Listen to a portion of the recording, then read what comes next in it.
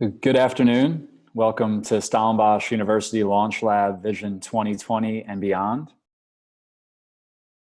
We're just getting started now and making sure all of our webinar works, and really I'm happy to have everyone here today. I want to give a few logistical details before we get started. You'll see a Q&A at the bottom of your Zoom. If you have any questions, please fill those into that Q&A box below. Helen, our marketing manager, will be taking all those questions during the presentation. She'll aggregate those and then we'll go through a bit of a Q&A at the end. The hope is to have the presentation run for, call it 30 to 40 minutes and then take a number of questions. I want to point everybody as well to launchlab.co.za. We'll have all of the information for LaunchLab on the website. We also have all of your email addresses. So the presentation that we're going to go over today, I'll email to you. And if we're not able to get to your question, please come back to us or we'll come back to you in due time. So as we get started, I also want to give a big special thanks to the LaunchLab team. We've obviously been going through some really interesting and difficult times in South Africa and across the world. This Vision 2020 and beyond was supposed to be what we call a brown bag lunch. So this would have been probably 20 to 30 people at the LaunchLab offices on the Stellenbosch University campus. It would have been a great event. We would have been able to talk about what we're looking to do in the future. But again, that would have been only probably 20, 30 people in South Africa and only hearing that group itself. When the COVID virus hit the world and especially South Africa, we decided to turn what was a brown bag lunch into a webinar. And that was something that was not an easy decision because we'd never done this before. But at LaunchLab, we have a value. It's a saying called Boer maak 'n plan, and Boer maak 'n plan means a farmer makes a plan. And it's an incredibly important trait to have in being an entrepreneur. You can call it MacGyvering a solution, but no matter what, when you're faced with adversity, you have to turn that adversity into opportunity. We turned this into a webinar, and what went from being 20 to 30 people in Stellenbosch, we now have over 200 people across 4 continents joining us today. So I see that we're ticking up above 100 participants right now. So hopefully more will even join over the next couple of minutes. So special thanks to the team. And that really is what we do here. We're entrepreneurs. We're trying to build great companies. And in that, we have to iterate. We have to take adversity and turn it into opportunity. And this is a perfect example of that. And you'll hear it throughout the presentation today. So I'm going to screen share now to our Vision 2020 and beyond. See if I can get this up. There we go. So again, this is Stellenbosch University Vision 2020 and beyond. And as we get started, I just want to give a bit of background on myself. I came to LaunchLab formally on February 1st. And I left my previous role about 6 months ago as we had a little one and we were figuring out where to move in the world and what to do next. And it actually gave me a great opportunity to step back and reflect on my own career. There's an incredible Steve Jobs quote. He basically said, you can't connect the dots looking forward. You can only connect them looking backwards. And as I look back at my career, I really feel that that's very, very apt. My experiences, so starting in debt capital markets in San Francisco and New York at a bulge bracket investment bank, and then being a serial entrepreneur. I had a couple of businesses that I'd started by the time I was about 27, 28. One of them was successful. One was a pretty miserable failure. I went back to business school in 2013 to figure out, is there a standardization? Is there a better way to learn about entrepreneurism that can give myself a higher probability for success? I then took those learnings and that understanding and have spent the last 7 years building a couple of clean energy businesses across sub-Saharan Africa. So very focused on climate, very focused on this intersection of social and for-profit. My belief is that all social businesses should be for profit so that they can be scalable, so they can be sustainable, and that all businesses need to have a social conscience. And we're seeing that even more in today's world. I've had a wide array of entrepreneurial experiences, everything from frozen yogurt to cannabis SaaS marketplace to off-grid solar and everything in between. And then my personal experience is in the finance realm. So I've been vice president of corporate finance. I was CFO. I've done a lot of capital raising and helped scale a number of early stage businesses to multiple markets and to a pretty big customer base. And when I look back at this whole experience, there really is one dot connector that means a lot for me and the reason that I am where I am today. And that's this idea of having impact at scale. I've always looked at myself and said, as a white male American with a good education and a solid foundation, I have what Bill Gates has called won the genetic lottery. And so what could I do in order to use that to help others and to really move what I feel like is the planet forward?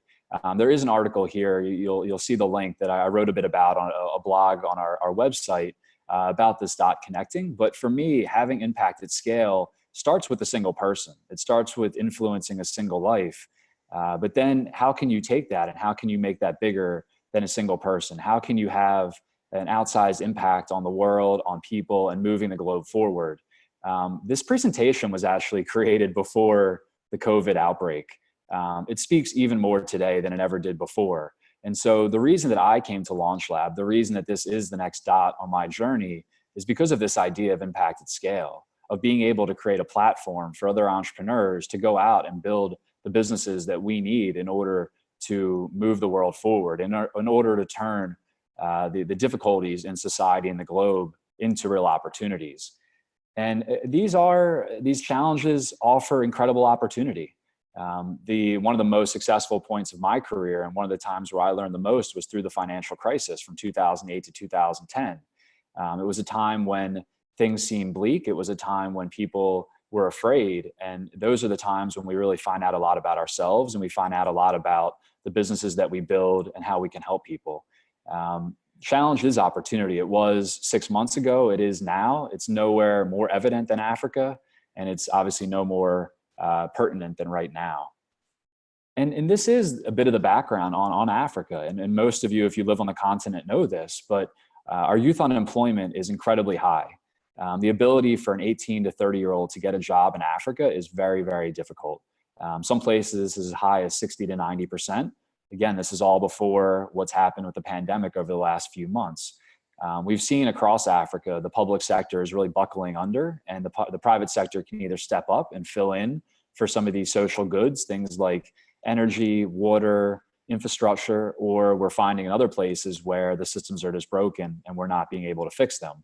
I feel like for most of the people on this call, think back to when you were 20 or 21 years old, you got out of university, you might have known a little bit about what you were passionate about, what you wanted to do, but you probably didn't know how to put that to work. You were able to find a job, you were able to put your skills to some use, you figured out what you're good at, what you really enjoyed, and over time you build a career and you help move a society forward by your work.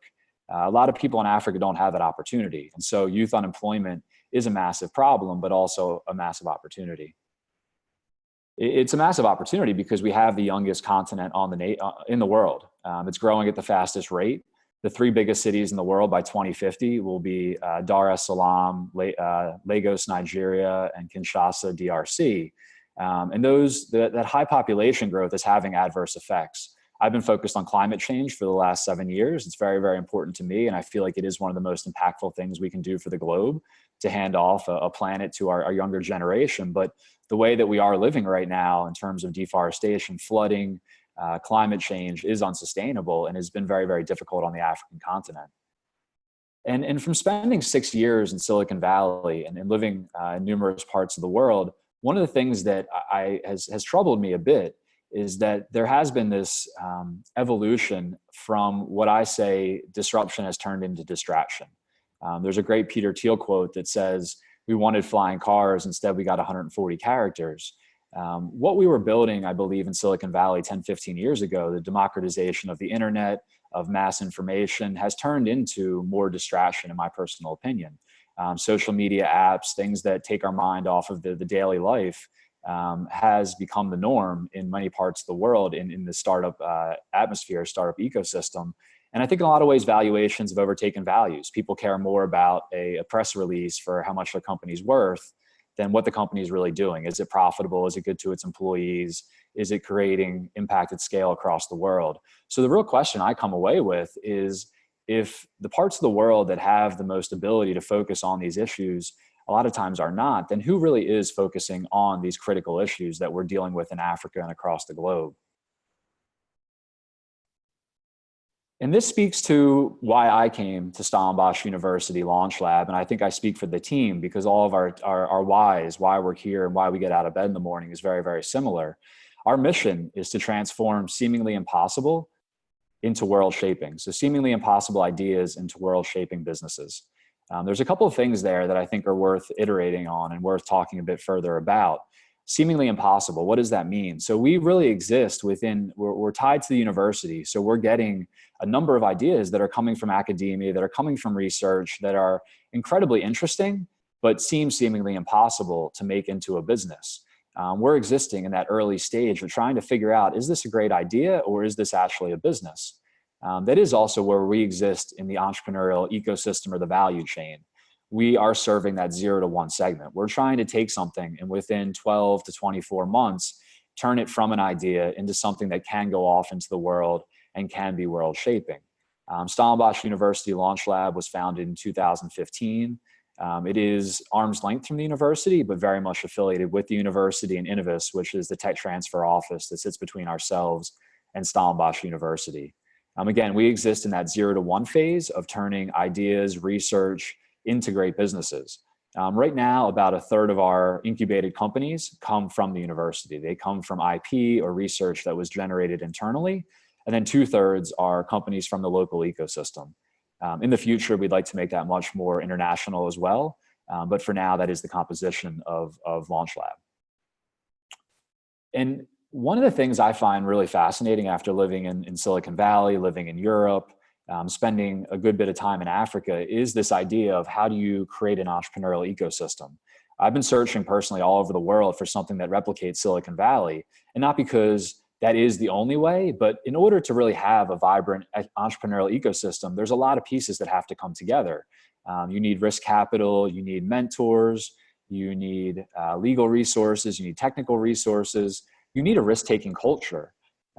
Personally, I've found nowhere else in the world besides Stellenbosch and the Cape Town area, the Western Cape, that really embodies all of these things as well as Stellenbosch.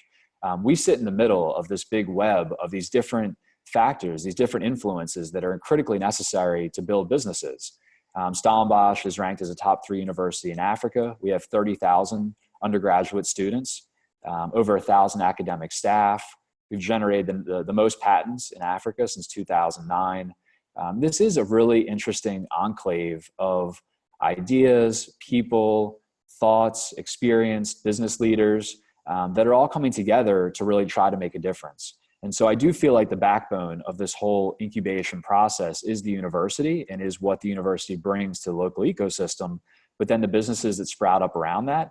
And by the way, if you've ever been here, the ability to go hiking, to go mountain biking, to be part of a culture that really is thinking bigger and wants to have a great work-life balance is very, very important as well.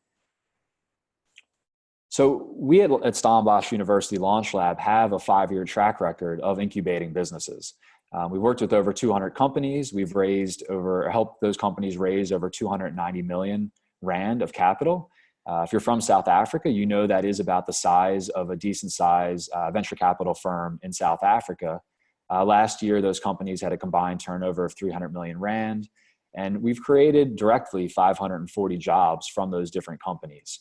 We're also building out a shared services platform that offers fundraising, HR support, advisory, things that we feel like we can help the companies within our portfolio, help them to be better at what they do while still bringing our own expertise into what we can do for these companies. And where does this all come together into this idea of impact at scale? At Stellenbosch University LaunchLab, we're really focusing on doing the hard thing, building the hard business. So we really need solutions that speak to these public sector challenges. We're focused on things like agricultural sciences, ag tech, food science, climate action, engineering, biomedical. These are generally hard businesses to build. They're not the easiest venture capital funded businesses. They have long incubation periods. They may take 3, 4, 5 years to figure out product market fit. But the big difference with these businesses is once they do, they employ people, they have products that can be life-changing. If you think of something like biomedical, if we have businesses that are coming out of LaunchLab that are tackling some of the really difficult crises, either in Africa or across the world, that's something we feel like is world shaping. So we build the things that Africa and the world need, but we feel like others potentially aren't taking on right now. And that does speak back to this idea of distraction over disruption, valuation over values. We're very, very focused on building the hard thing. And the tough part about that, or the fun part as well, is being able to give companies enough time. So you think of runway as really the lifeblood of a company. How much runway do you have in order to prove out your idea? So having an idea gestate within the university, having it go through Innovis, which is our great tech transfer partner, who really helps to validate that idea, seek IP patenting, figure out the business model, that can come to LaunchLab. And once it gets to us, we can take something that's already been vetted within the universities, already been through Innovis and their process. And then our goal is to take that thing from 0 to 1 and make it a world-shaping company that then can attract external capital once we've worked with that company. So it is a long value chain to get it to something that can be world-shaping, but something that really is really, really important in order to do so. And so what does this actually look like in practice? And this is where LaunchLab of the past starts to differ a bit of LaunchLab from the future. So, or in the future. LaunchLab in the past, we had effectively one big incubation program. So companies would come to us, we had administered something what we call Countdown, which is a 6 to 12 month incubation program, partly online and then partly also face-to-face. And those businesses are everything from tourism to food delivery to satellites to biomedical and everything in between. That's been great. It's worked well, but the next step in our process is really thinking about standardizing these different verticals. So part of the idea behind incubation is that there is a standardization of early stage companies. The synergies that come out of working with other companies that are doing similar things from yourself is very, very important. Also for us as a team, being able to provide these critical services to our companies, standardizing that in a way is very, very important. So what can we do in order to offer all these different incubators a standardized platform? So what we find at Stellenbosch University is that we have great technical expertise. We have a lot of entrepreneurs that come to us that are very, very technical and very, very strong in those abilities. So we built a program that's very much focused on the business side. How do we help you know Business 101? It's things like financial statements, accounting, figuring out how to get a data room in place, a financial model, thinking about product market fit, about go-to-market strategies, marketing, branding, things like that, that early stage companies sometimes don't realize they need or can't afford. We're there to provide those services. So if we look up in a year, we're scoping right now a number of different vertically specific incubators that can really use the expertise of the university, and then from there build on what we're doing in terms of these very specific type of companies that come to these verticals. Again, right now, that's mostly Stellenbosch University companies in the local ecosystem. This is something we want to open up to the world. We want any entrepreneur, whether you're in Lagos, whether you're in Nairobi, whether you're in San Francisco, to look up and say, if I want to build one of these businesses, if I want to do the hard thing, then I need to go to Stellenbosch University. I need to be part of LaunchLab because they have the resources, they have the experience, they have the program that I need, and they're on the African continent. This is a continent that I still believe the world wants access to. We had Jack Ma, we had Jack Dorsey making their trips around Africa recently looking for opportunities. We feel like this is the perfect gateway into Africa, the perfect gateway to building a business on the continent. And so what do we offer these companies that come to us? Why would you come to LaunchLab as opposed to going somewhere else? I just spoke about the African value proposition. I think it doesn't make a ton of sense to me to be building a big business in Lagos or Nairobi and going to London or Paris or San Francisco to be incubated. You're too far from your customers. You're too far from your actual roots. So you can stay in Africa. You can come to Stellenbosch. You can come work with us to help build that company. We're offering a 12-month incubation period. So we do believe that most incubators are a little too short. I know for the businesses that I've built, you need more than 3 or 6 months in order to get the thing going, to really figure out how to iterate, how to build your team. You need that support. So we want to be able to give people the runway necessary in order to build that business. One of the most critical people in our entire ecosystem is our incubator lead. So having that person be an entrepreneur, having them understand how to build companies. If you're there as an entrepreneur yourself, how are you working with our team, with your incubation lead, with myself, in order to make creative mistakes, in order to move forward from things that we've already done and learn from that, and take it to the next level for your own business. We have access to university IP. So this is the idea that we are, as a university, spending a great deal of money and effort and time building R&D capability. How do we turn that into companies? So we can work with great entrepreneurs here. If you're an entrepreneur who wants to build their next business, maybe you don't have the idea right now, maybe you don't have the technical co-founder, we have that for you. We have those people, we have those ideas. We're just looking to bring them all together into our ecosystem. We're working with corporates, we're working with alumni, we're working with different groups to provide seed investment for these companies.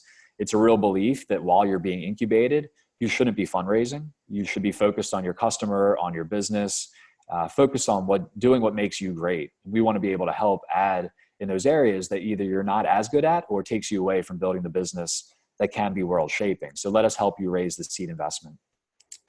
One of the things we're really working with within the university, I've been incredibly impressed by the university students. So how do we bring, any team needs to have a pretty diverse group of people come together to make it work. If you're a technical founder, how do we find you a business person? How do we find you a data scientist? If you're in food science, how do we find you a marketing person to make sure your business gets to the right place? How are we thinking about business development?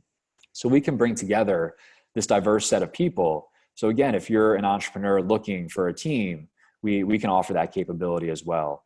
We have our subject matter experts that are coming out of the university, and we're trying to do things like raise student living expense.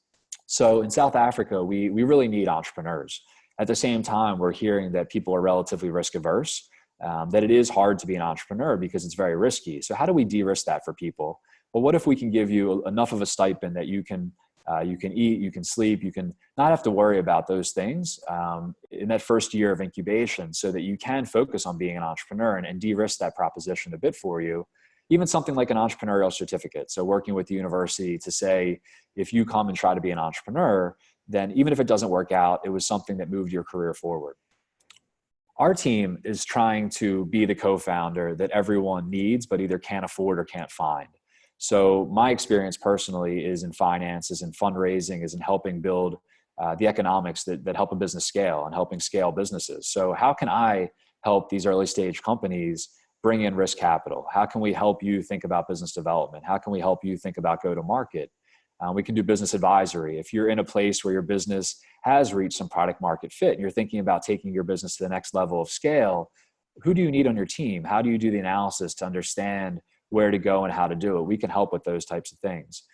If you ask any early stage entrepreneur what the two most critical things they may need, my hypothesis or what I would answer would be funding and team, and helping build the team. So how do we help people find the right teammates? How do we do that human capital sourcing? And then for a lot of early stage businesses, you don't realize the importance of marketing. If you ask most people, what is marketing and how can it help? It doesn't really seem to resonate, especially when you don't have that much runway or that much capital. But we can help in that respect. We can help bring in the marketing resources in a very efficient manner that can help get to the next level of scale. We're also working with corporate partners, with alumni, with student and faculty. We're creating a very robust database of all the investors across Africa, the US, Europe, and the world, so that we can help make that fundraising process very scalable and very easy for founders. So we want our founders, when they come to us, to be able to focus on their product, on their customer, on building their business, and not having to worry about all the other things that make early stage businesses so difficult to build. So our vision then is by 2025, we will be the world's go-to destination for globally conscious startup activity. And we want to attract the world's creatives, the techies, the thinkers. We want to attract the people who want to do the big thing.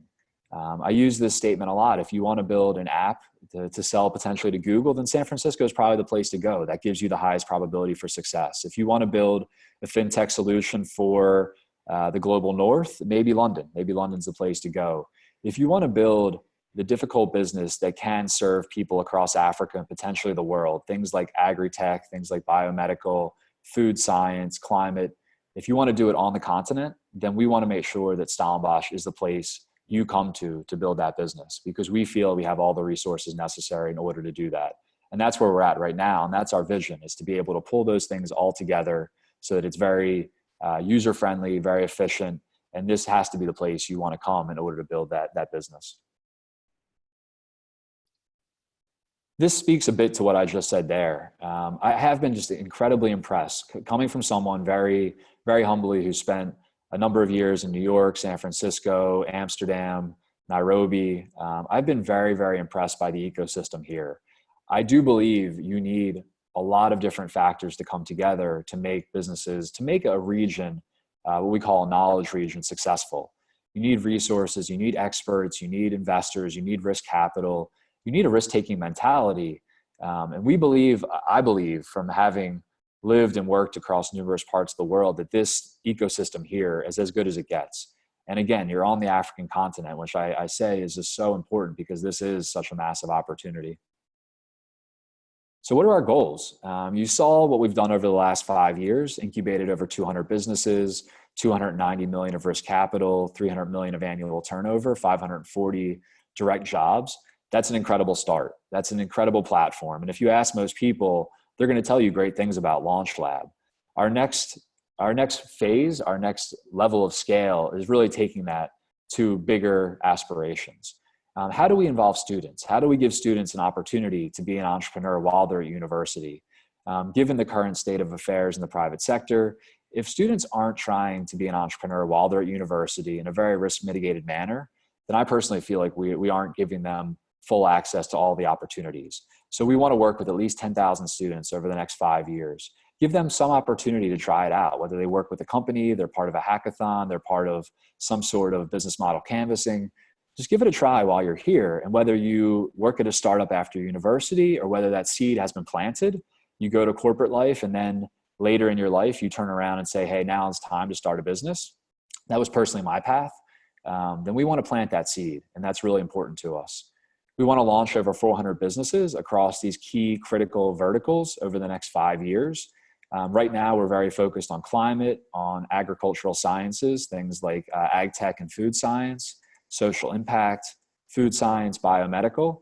But right now, we are really in this process of scoping our competitive advantages for the world. We're trying to figure out what can we do best that will attract the best entrepreneurs, the best corporates, the best partners to come work with us. And so if you're listening today and you have a great opportunity and you say, hey, this is something I feel could be world shaping, then we're very open to listen. So long as it meets our mission, it fits our vision, it fits what we're doing in terms of competitive advantage and what we can offer the world, then we're very, very open to that discussion right now. We want to commercialize over 50 tech transfer companies over the next 5 years. We have incredible IP, we have incredible research, amazing resources here. We need to turn more of that R&D into world-shaping companies. It's something like 3% of global R&D is actually turned into commercial opportunities. So 97% of what universities across the world build actually never reaches the final end user or final customer. So we want to change that. We want to be able to bring more of these great ideas to market. We'd like to be able to exceed 1.5 billion of aggregate revenue. That shows that we're building businesses that can be sustainable. We would like for this to obviously involve some sort of profitability as well. And I think part of this is really rewriting the book on how Africa builds startups. Looking at the model that's been built in Silicon Valley or in Europe is helpful, but it doesn't really fit what goes on in Africa. There's a lot that rhymes, but we want to be able to be one of the world leading experts in saying, if you want to build a business in Africa, here's how it's done. It's something much more akin to traditional business, having positive cash flow from operations, having the ability to be profitable, to bootstrap something. So we're thinking about how do we learn from other parts of the world, but then iterate that very uniquely for the African context. And perhaps most importantly, creating jobs. So I look back at my last 7 years of creating businesses in sub-Saharan Africa. We reached over, the two businesses combined, over 700,000 customers with clean energy. So that was affecting 3.5 million people, assuming the average family in Africa is 5 people. We also, at those two businesses, employed almost 2,000 direct employees and almost 4,000 contracted employees. And when I step back and look at that experience and I think about impact at scale, I'm not sure which one's more important. Providing clean energy to an end user is very, very important for the environment, very important for their lives, for their children's ability to study at night. But creating 2,000 jobs, creating 4,500 indirect employment is just as impactful. The repercussions that has for a community, the ripple effect that has is incredible. So being able to create industries and companies that employ people, that create direct jobs, is very, very important to our mission. So this is a quote that has been, some people attribute it to Winston Churchill, some people attribute it to John Maynard Keynes. Both are very pertinent characters in global affairs right now. But they said, when the facts change, I change, what do you do? And this is Winston Churchill giving the V sign for victory, which I think is very apt right now, given the crisis we're facing across the world. And the globe has changed. Things are different now than they were 2 months ago. So I really ask everyone here to step back and think about the businesses that you're building and think about where you're devoting your time and effort. I have a few hypotheses for this post-COVID world. And one of them is that we're all going to need to find more meaning in what we do. We're all going to have to think about what is our contribution to greater humanity and to the planet. And so as we step back, if you're an entrepreneur, I hope you're listening because we want to work with you. If you're an investor, I hope you're listening because we need your help building these companies. If you're a partner, a corporate, we can work together in order to bring these companies to the next level of scale as well. So the facts have changed. What are we doing now to embrace this new normal? And so there are so many opportunities to be involved. We now know exactly what our mission is. We know what our vision is. We have a great platform from which to build.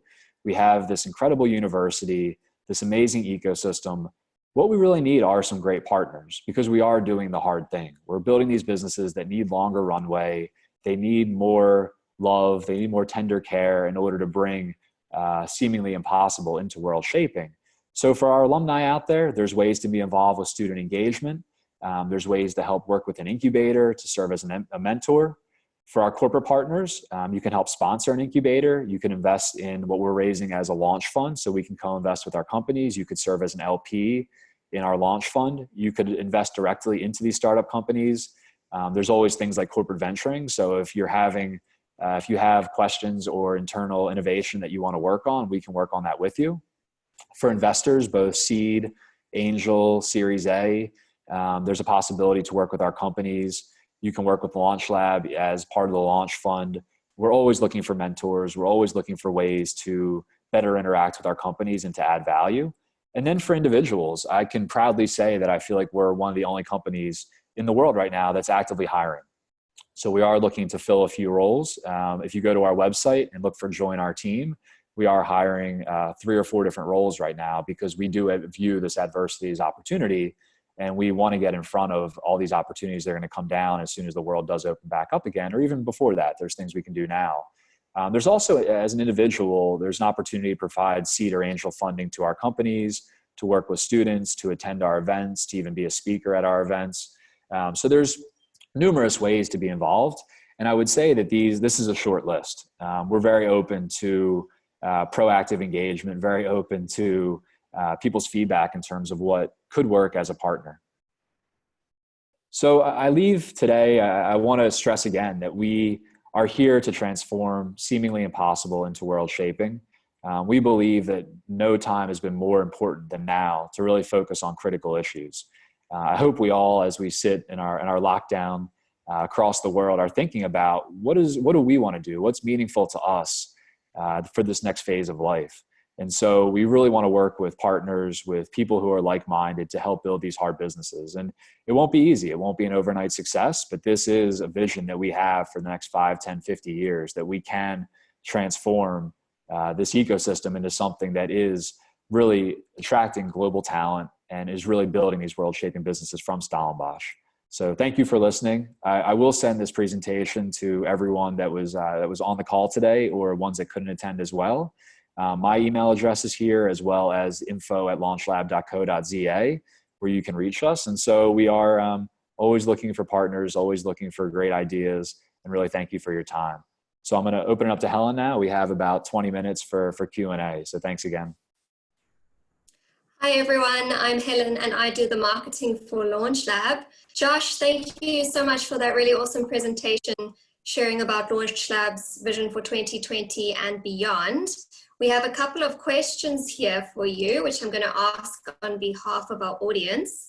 The first one is, does LaunchLab collaborate with the University of Stellenbosch Business School? Yeah, so if you go on our website right now, we actually have a position open up for a USB fellow. So we are looking to bring a number of business students into the LaunchLab family now, partly to work with us. We think of LaunchLab as a startup as well. I mean, we are effectively seed funded and we're trying to grow our business and take our business to the next level of scale. So we're looking for one or two people to come work with us. We also really want to plug the USB into our portfolio companies. As I said earlier, we find a lot of really incredible ideas, really good technical expertise, a lot of really, really incredibly smart people in LaunchLab. I think we're a little bit short on the business side. We need more business people, more entrepreneurs from the business perspective at LaunchLab. So with the USB, we would love to be working with the faculty there, be love to working with students there, to really bring more of that to bear in the LaunchLab. And so that's actively being pursued right now. And if you have other ideas, we're very open to that as well. Great, thanks Josh. Next question. On one of the first slides, it says in 2021, LaunchLab will begin to internationalize the program through partnerships. Do you see a potential role for partners in Barcelona? Oh, yes, the answer. I laugh because when we were thinking, my wife and I were trying to figure out where we were going to live next in the world after leaving Kampala. Barcelona was actually Barcelona, Madrid were our number 2 and 3, right behind Cape Town and Stellenbosch, because I think Barcelona is one of the up and coming entrepreneurial places in the world. I'm really, really impressed by that city, really impressed by what's going on there in terms of tech, in terms of that entrepreneurial culture. Madrid, the same thing. I think one of the things that people don't realize about Silicon Valley is that one of the reasons for success is that if you walk down the street, you're going to see brown, green, blue, yellow. You're going to meet an Indian person, a Chinese person, someone from the DRC, and someone from Mexico, all within a square block. And you need that. You need all these different experiences to come together, all these different perspectives to come together to build great companies.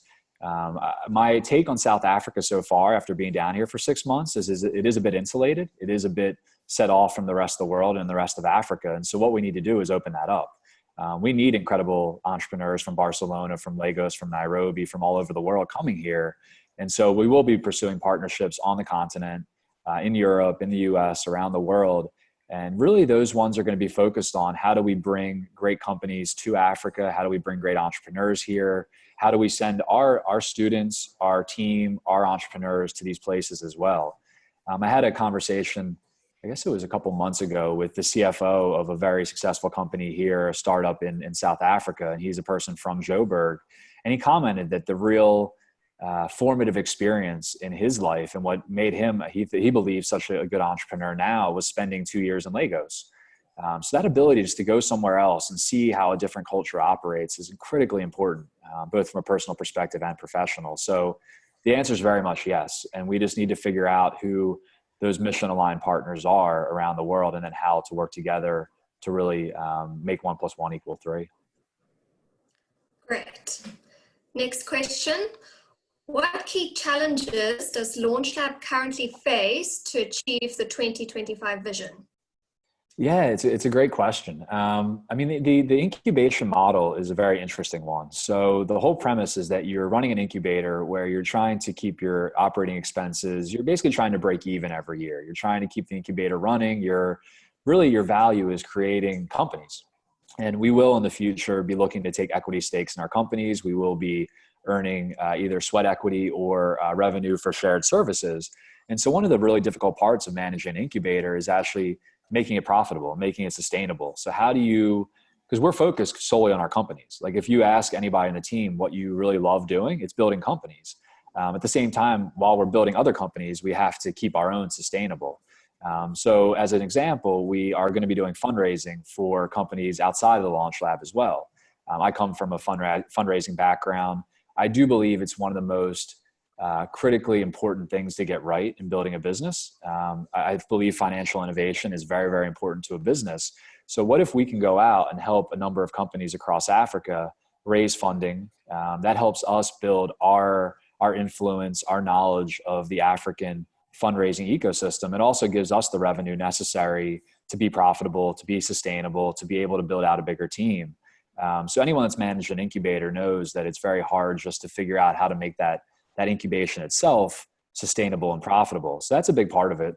I would say the second biggest piece, and again, this is not even really akin to LaunchLab, but to any early stage company, is finding awesome talent, is finding really mission aligned, hardworking, self-starting, love to deal with ambiguity. This is what makes a great startup person, someone who wants to come in and just roll up their sleeves and really make something out of nothing. And so we have an incredible team right now, but we are going to be looking to expand that a little bit as well, to be able to bring in some various expertise and build out some of the verticals that we feel like can really help our portfolio companies. And I think the last piece actually is more structural. So in South Africa, we have to think about how do we get more entrepreneur visas. Being able to bring in entrepreneurs from Lagos and Nairobi makes a ton of sense. But if they can't stay for that long, or if the process is very difficult, then that makes it very much more difficult to have them come and to open this thing up. So there's some structural issues that I think as a country, actually, we need to be thinking about. So we're working with the university and with the government to try to say, can we create a better environment for entrepreneurism here? So those are a couple of the issues, but again, I feel like these are all very much we can tackle all these, and we can really build something that's sustainable, and then is really building companies that also prove sustainable as well. Great. Do we have a list of venture proposals which we can share? In terms of like pitch decks, or what do we mean by venture proposals? I'm presuming pitch decks, possible partnerships, how we can collaborate. Do we have something? I'll speak to the idea that so in terms of corporate engagement, we are working on a framework right now to say, if you're a corporate and you want to help fund an incubator, how would that look? So we do have a structure in place to help corporates start to work with us. If you're a corporate and you want to actually fund early stage investment, so you would like to make a seed investment in teams or in intellectual property of the university coming into LaunchLab, we have a structure in place that would allow you to do so. If you're an alumni and you actually want to help fund a company or provide donor funding to, say, student entrepreneurism, we're working on putting a structure in place there as well. So in terms of creating almost these mechanisms for people to be involved, I'd say that's very much in process. And so one of the outcomes of this discussion and what I would love to get back from people is ways that they would like to engage and say, if you're a corporate individual, alumni, whatever that may be, here's how I want to be involved. And I'm pretty confident that we'll have a structure to put in place that could work for you and allow you to be part of the LaunchLab family. Okay. Next question. You mentioned social impact as a critical sector apart from climate, agri-tech, etc. What exactly do you mean by social impact? Can you please explain with some examples?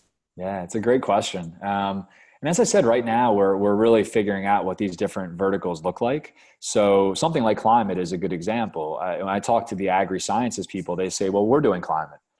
When I talk to people, hardware engineers, they say, we're doing climate. So a lot of these things are pretty cross-cutting. So even working in clean energy for the last 7 years, some people would say that's renewable. Some people would say that was social impact. It's really how you think about it. For me personally, going back to this idea of impact at scale, it's critically important to me that we have companies that we're focusing on that are socially focused. So we want to focus, and the way I look at that is I look at companies on a continuum from very social to very commercial. On one side, let's just say you have property tech or something along those lines. It's very, very commercial in orientation. On the other side, you might have things like clean drinking water, which is very, very hard to make a commercial business, but is incredibly socially impactful. I feel like where I spent the last 7 years is somewhere right in the middle, where we were able to do something that was delivering a social good, but at the same time was profitable, actually had a commercial proposition. So when I speak about social impact, the way I think about that differently than other verticals is this idea that it's probably further on this social continuum. It may not be fully commercially viable. It might not be something that could be profitable in the short run, but does provide a public service or a public good that's very, very important. So maybe that unsustainable aspect is filled in by donors, by foundations, by governments. So that is something that I would personally be very, very passionate about building out. Again, we have to think if that aligns with our mission of creating seemingly impossible into world shaping. We have to think about that. Is that something that the local ecosystem really helps us build? But examples would be things like clean water, sanitation, infrastructure. I mean, even clean energy is something we really need down here in South Africa. So I feel like that's all part of social impact, whether that is its own vertical or whether that gets put into other verticals like engineering and agri-tech or whatever else is still a bit TBD, but we're working through that now. Great.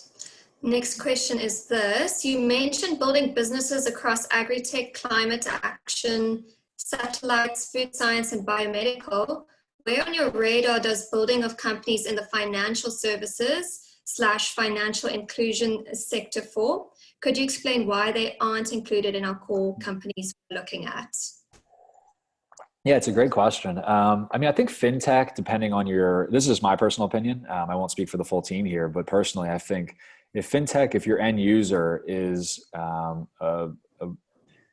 rural, is marginalized, is someone who doesn't have access to financial services, then I could see that being part of a social impact vertical. For us, we feel, especially in South Africa, fintech, financial services is very, very well, it's very well subscribed. I mean, there's a ton of incubators, there's a ton of investment, there's a ton of companies focused on that, especially in South Africa. And I feel like across Africa, if you look at where most of the funding in Africa is going right now, it is into fintech. So for us, we want to be additive. We don't feel that is a sector that we're incredibly additive in. It's also not something that we feel is a competitive advantage of the university. One of the great things about fintech is that it can be built relatively in a very low, I wouldn't call it low cost, but a very low touch manner. The things that we have here are engineers, is infrastructure. We can build hardware. We can do things that maybe people who are trying to build fintech companies can't, just because of the resources that we have. So we want to be very additive. If something is very well resourced already, then are we really adding to that, or are we just piling on top of something that's already being done? We feel like that's very well served, and we can work in other places. But again, if we step back and think about our mission and think about what we're trying to do, we can always have a discussion. But for now, we feel like these other sectors are ones that are more we're more additive in. Okay. So you mentioned Stellenbosch University SMEs and startups.